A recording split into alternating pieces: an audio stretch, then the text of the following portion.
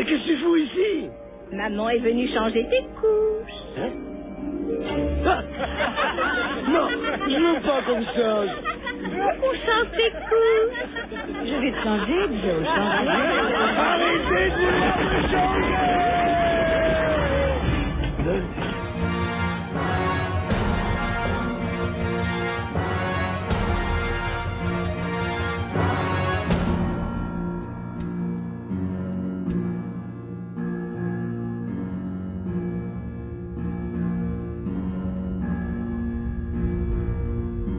Au début des années 90, Sylvester Stallone et Arnold Schwarzenegger étaient alors au sommet de leur carrière, régnant en maître sur Hollywood, proposant un cinéma d'action musclé avec des films tels que Terminator 2 pour Schwarzy ou encore Cliffhanger pour Stallone.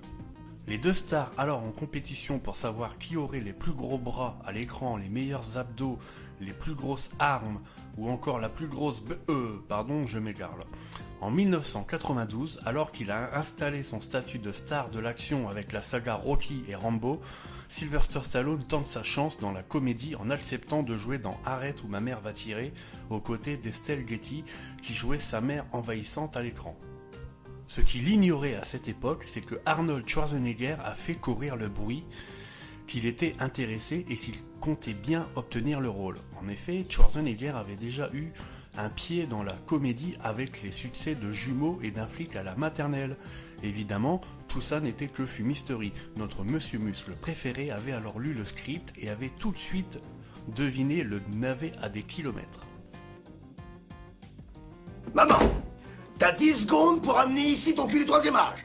Sylvester Stallone, toujours dans un souci de rivalité avec son comparse, jeta son dévolu sur le rôle dans le seul but de la mettre à l'envers à Schwarzenegger, sans même prendre le temps de lire le scénario. Joey, voilà mon Joey, voilà mon adorable petit garçon. Joey, c'est mon petit garçon, c'est mon fils. Joey, viens ici. Maman.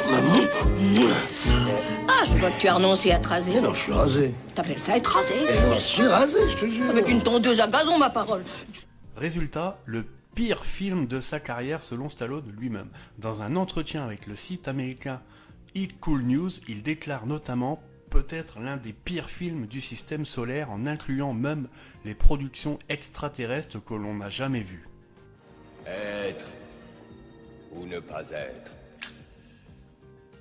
Ne pas être.